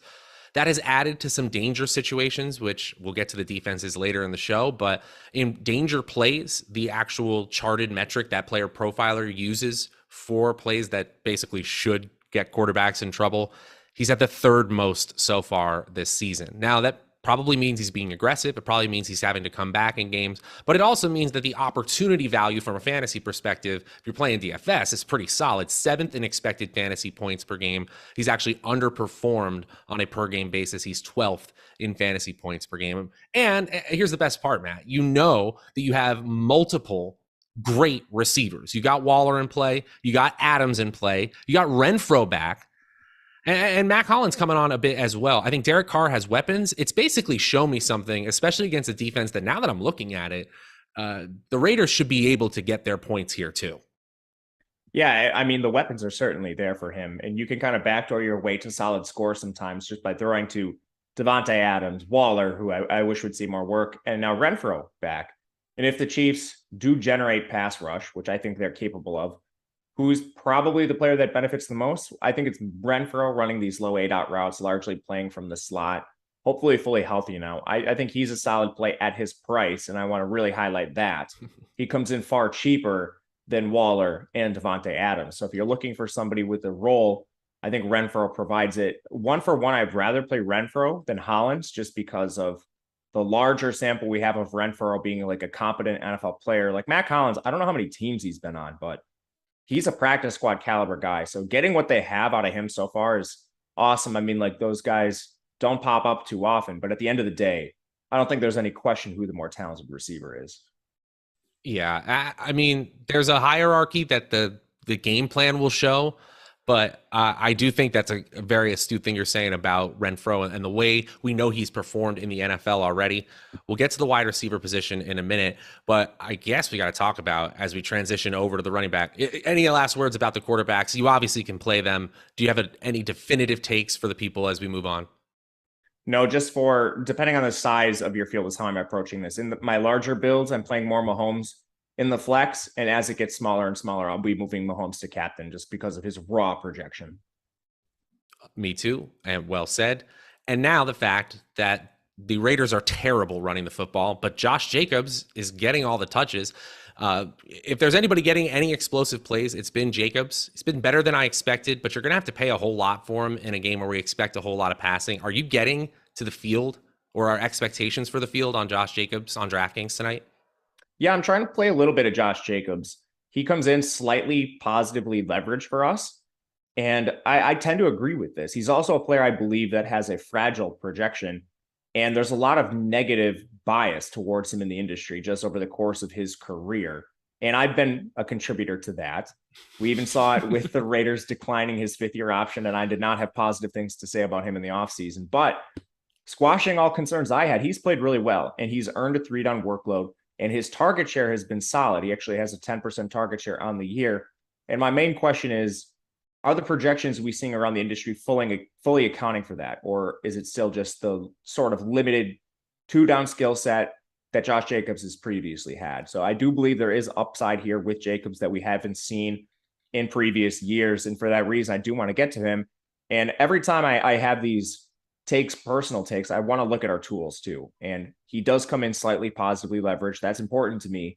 And I will be playing him in both the captain spot and in the utility. I think he makes a slightly better utility because you have a lot of really high scoring potential options at quarterback and receiver, but I think you could certainly play him in the captain too. I set you up there and you read it like a pro, like a book. Yeah, the Raiders in terms of team rush metrics look kind of meh. Does that matter when I'm talking about Josh Jacobs, who is 3rd in the NFL in opportunity share, 5th in red zone touches, 5th in red zone touches, 4th in expected fantasy points per game, and even on average at best offensive line and team, 8th in fantasy points per game.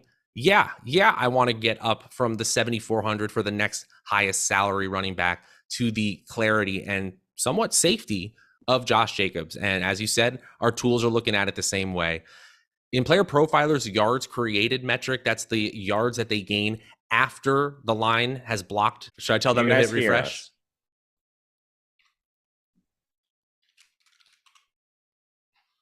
They should have just heard how good I was singing the whole time. That's what I was doing. I was just singing the whole time, and you guys missed it.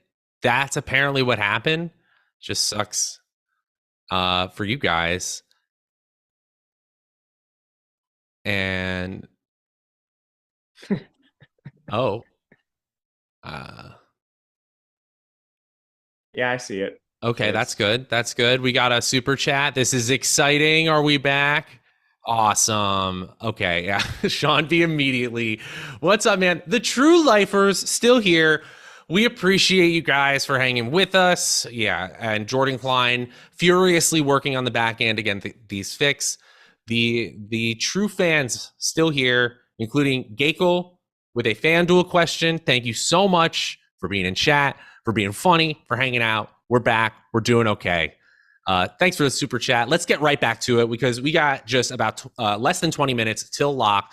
FanDuel cash, Kelsey, Jacobs, and Renfro, or CEH, Adams, and Hollins for you, Matt? I think it's the former for me. Okay, I agree too. And no sweet talk. That was too long of a thank you. I hear you loud and clear, Sterling. We will get back to it. Running back position. Isaiah Pacheco is a backup. He's still pretty elusive. He's still pretty good. And I do think that there's a possibility that eventually he takes over a pretty decent snap share here. I don't know if I can get to the amount of expected ownership, but I don't think he's a bad play just in a vacuum when we know weird things happen in one game slates. Yeah, we've seen kind of a run out where he can succeed, and it's when the Chiefs play with a decent to significant lead. They're projected to win this game by 7 points, a touchdown. So if it plays like even within one standard deviation above that spread, you could see Pacheco get an extra workload, and then he's just been good too. So is there a chance he just slowly takes on more work as well? Yeah, that's in his range of outcomes too. I don't think he has great pass catching upside because you do have Jerick McKinnon sort of locked into that third down back role and the role when they're playing hurry up 2 minute. I think McKinnon still has that. So there is still some tapped upside here, but we're talking about a pretty cheap play. If you're looking for flyers in that range, I don't hate it. He does have a pretty significant negative leverage score for us. And I think that's just because you have Sky Moore and some other guys cheaper than him with similar projections. But we just laid the bull case. There's here that you really want to. We'll move on to the wide receivers. I think McKinnon's okay. He was in a lot of optimals this morning, but as the day has gone on, we're starting to see kickers and some of these other cheaper guys in lineups ahead of him, which I do agree with. I think their role is just more secure targeting a kicker tonight, even though you're looking at a really elevated total. So in ceiling instances like Millie Maker, I'm probably not doing that. But for cash games, low risk contests, I do think I prefer the kickers 1-for-1 over a McKinnon. And I'm not really too interested a lot on the Raider side. I think you'd need an injury for somebody to really pay off salary there. I still think Jerick McKinnon, especially on this Chiefs offense that could put up 30 points easily, is viable, but it doesn't look good on a points per dollar play. I'm sticking mostly with the high floor running backs, those top three we mentioned. Do you want to stick to the sponsorships? I know we want to get to it, but No House Advantage, you heard about it last hour. They're awesome. They have an overlay. Please check out the ad in the video description below. Team Third Book, Team Third Platform, No House Advantage, helping us out. Check it out today. Wide receiver position. Devontae Adams, he's 11,000. Really, as a captain. Oh, no, 11,000 before a captain. And then it's everybody else. Juju Smith-Schuster looks interesting. People saying it looks slow in warmups. Is there anybody in this upper tier other than Devontae Adams that you're interested in, or is it Adams and then everyone else as the salary indicates? Yeah, if we're not going to include Kelsey in this, it kind of is just Adams, and then it's everybody else. I'm trying to find some video on Juju warming up. I haven't seen anything yet, at least. Like maybe this is on the Monday night broadcast.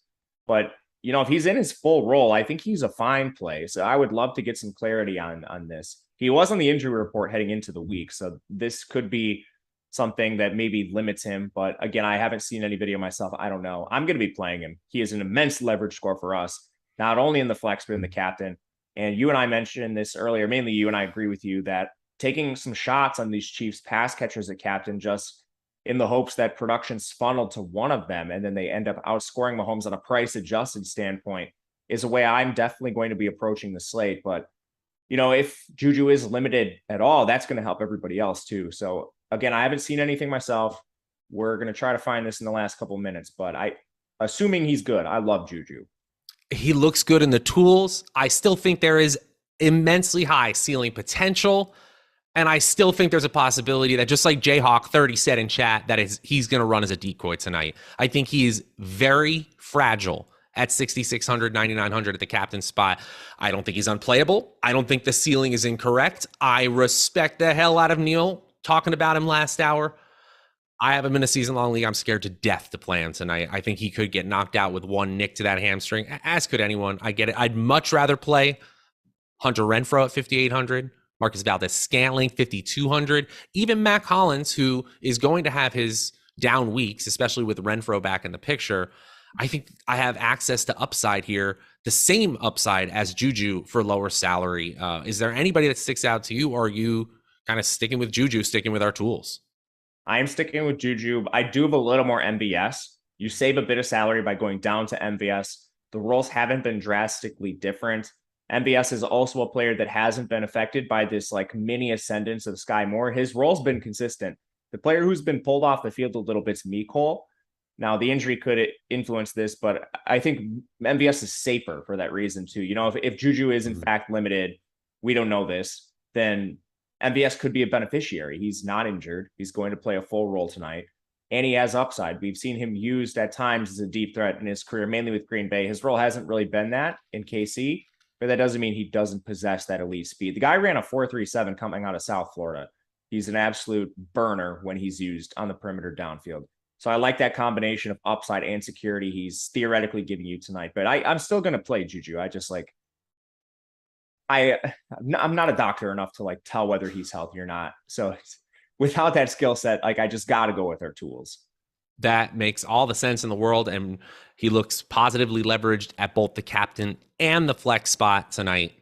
And hey, like the speed killing from the Kansas City side could happen with multiple players. And that's what makes it hard to predict and what makes it fun for large field tournament players tonight. MBS, more likely than others at 5,200. But if you told me Cole was the one with 100 yards, total yards and a touchdown, wouldn't be surprised. Sky Moore, as we mentioned earlier, coming on, higher snap share week after week. And even Justin Watson, who's just 1K, has gotten into the fray, has scored a long touchdown already this year. He's another super athletic player. I actually like Watson quite a bit as a leverage play off of Sky Moore, who I think is going to be one of the more popular pivot options. Yeah, I think that makes sense. I would prefer Sky Moore 1-for-1, but in the situation you laid out where it's larger field, Sky Moore is going to be more owned than Justin Watson. I do like that as a pivot too, because at the end of the day, those of you playing Sky Moore, and I'm one of them, you're betting on that role ascendance. And we don't know, it's not guaranteed. He hasn't played a meaningful role yet. It's been a couple snaps here and there in terms of increase, but Watson, he has a situational role and we've already seen the big play. So I like that. And finally, I just want to hear your opinion on the rule I made. When Devontae Adams is in my lineup, only one of Hunter Renfro, Mac Hollins, and this is the scary part, Darren Waller. I just don't think more than two can succeed, even though the pass attempts have been there in this Las Vegas offense and this passing core. Yeah, I think that rule makes sense. I'm guessing you're probably playing more of the Chiefs side, which they're favored by a touchdown. That makes sense. And I have options. Yeah, the only thing I would push back on that is if you're building like Raiders onslaughts for like a Millie Maker, in the alternate instance that they're competitive or winning this game, that could get there too. But I prefer your approach, and that's how most of my lineups. I didn't personally make that rule, but honestly, just looking at my lineups, most of them came out like that anyway. And any final words about the wide receiver position? We're trying to catch up here. We're trying to get all the info to the people. I know I can't break it down quite as in depth, but any final words before we got to move on to tight end?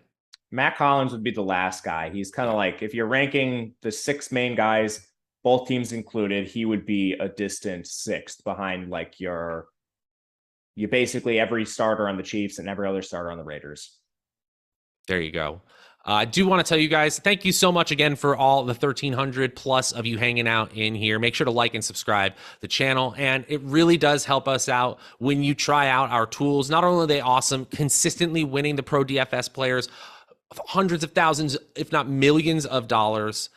It's also helping out our hand builders more than ever this year. And if you use promo code NFL Showdown Live, all one word, you can get 50% off on your first week of Stokastic Plus. Not going to show you any more than that, guys, but it does help us out a lot when you use that promo code NFL Showdown Live. Tight ends, Travis Kelsey, he's really good. How are you utilizing him today? He's really interesting. He actually comes in with negative leverage for us, but I think that's more or less his price point, which is extremely high. Just from a raw upside perspective, I think he's fine to play in the captain and the utility. I'm getting a little more of him in the utility just with the approach I lined out for large field tournaments where I'm trying to take some shots on Juju and MVS, but by no means am I fading Kelsey. I'm playing him at anywhere that it makes sense. Yeah, just the ability to take over games in a way that I'm not sure many NFL players actually can. In that first half against the Tampa Bay Buccaneers, could anyone stop Travis Kelsey? Like, they knew where the ball was going, and yet Travis Kelsey was just coming up with just ridiculous pass after ridiculous pass. When he has just an incredibly cerebral talent like Patrick Mahomes, who they just have this insane mind meld, fade him at your own risk. I kind of feel the way about Kelsey on a one-game slate I feel about Cooper Kupp on a main slate. Like, if it all goes wrong because I didn't play Kelsey, all right, that's my problem. The interesting thing is you have players like Adams and, of course, Darren Waller, who could get you to some salary savings. Over the last 2 years, we have seen a similar ceiling, like a 19 target game. It just doesn't happen that often. That's why he's significantly less in salary. Tell us about Darren Waller at 7,200, and does Foster Moreau being out affect your projection for him at all? Not too much. Moreau's been on for the last couple games, so we've got a pretty good sample of what Waller's role looks like. I do think he's hurt by Renfro returning, and obviously just Adams coming over this offseason has lowered his target volume. And the way he's probably going to be used all season is consistent with what we've seen. So that's perhaps going to entail some big games here and there, but less consistent than they have been. I think you can still bet on those big games. At his price point, I would rather save a little bit and get MVS, Juju, and then hopefully that savings that you're getting can help propel you to an extra stud like Mahomes or Carr, whoever it may be. So I'm a little lower on the field than Waller tonight. It's a little scary, I will say, but that's where I'm at. Hey, I don't want to make too much of this, but when you have Adams on your team, who's clearly a number one option, and I'm seeing a bigger trend, 17.4 fantasy points per game 2 years ago, 12.1 a year ago, now down to 9.9. I'm not saying he doesn't have the ceiling. I'm just seeing a negative trend that makes it less likely, as you said. Noah Gray could easily see a 50 to 60% snap share. He'll block a whole lot, but he's 600 and he could be used in the red zone. Him and Fortson are essentially the same bet. Fortson is 400. Do you have any read about which one I should play if I only have one lineup?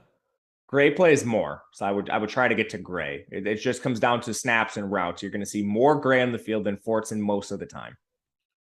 There you go. Both players have found their way into the end zone already this year. The kickers and defenses, they've been prominent in Showdown slates this week. I don't think you're going to have a situation where all four make the optimal lineup, but which of that big four, Chiefs D, Chiefs kicker Matthew Wright, Raiders D, or Daniel Carlson appeals to you? I prefer the Chiefs D 1-for-1 to the Raiders because they do have that pass rush and can capitalize on a, at times, turnover-prone Derek Carr. Among the kickers, I don't have a strong take. It's kind of just getting them where they make sense via the optimizer, and it's a little less generally on these slates compared to some of your lower scoring environments. I will say I think they're better cash options. It's really hard to poke a hole in Matthew Wright just because he's on the team with a much higher implied team total, and he's been pretty good through his short career to this point. Stick to the DFS fundamentals. You play kickers on teams with high implied totals at home. That's still a good play. And Neil brought up a great point last hour about how it's DFS players who have trouble envisioning the ceiling for kickers. Weird things happen in one game slates, even with one where teams are implied with 23 and 29 point totals in this game. Matthew Wright makes all the sense in the world, even weirdly at the captain spot, in my opinion. But Daniel Carlson is $3,800 access to pretty significant floor, in my opinion, especially with the Raiders expected to do well. Do you have the guts to go to the Raiders defense in anything other than a large field tournament in a way trying to get unique? No, it's a large field tournament play, in my opinion. They're probably going to need a score, even if they get one of those, say they get a couple sacks on Mahomes. How long are they really going to limit him? I think they need a kick return or a pick six or something to give them that floor. Otherwise, if it plays to this team total, it's going to be tough for the Raiders out there. Yeah, we are 1 minute to lock, and I have spent this entire time looking for just one stat that makes the Raiders look decent defensively. They're 16th in run DVOA. Take that as you will. That's the best I can find. They're not good. It's a one-game slate. If you want to get weird, I don't feel good about it. So that should let you know how other people are probably viewing this. We got 1 minute left until lock. We can't tell you how much we appreciate you guys hanging out. Matt, tell the people where they can find you and give any final words about the slate. You can find me on Twitter at Matt_Gajewski. The slate is locking as we speak, so no real extra thoughts here, but catch me on Thursday if you want more Showdown content, college football streets, all over that. And thank you guys for watching, of course, and bearing with us through the tech difficulties. Appreciate you all being here a ton. What he said, he's Matt Gajewski. He's amazing at college football and NFL DFS. I'm just along for the ride. You can follow me at Draftaholic on Twitter. Thank you so much to Jordan Klein and all he did behind the scenes and everyone over at Stokastic. For Greg, Neil, Matt, and myself, and the Stokastic DFS channel, we will see you guys later. Let's win some money.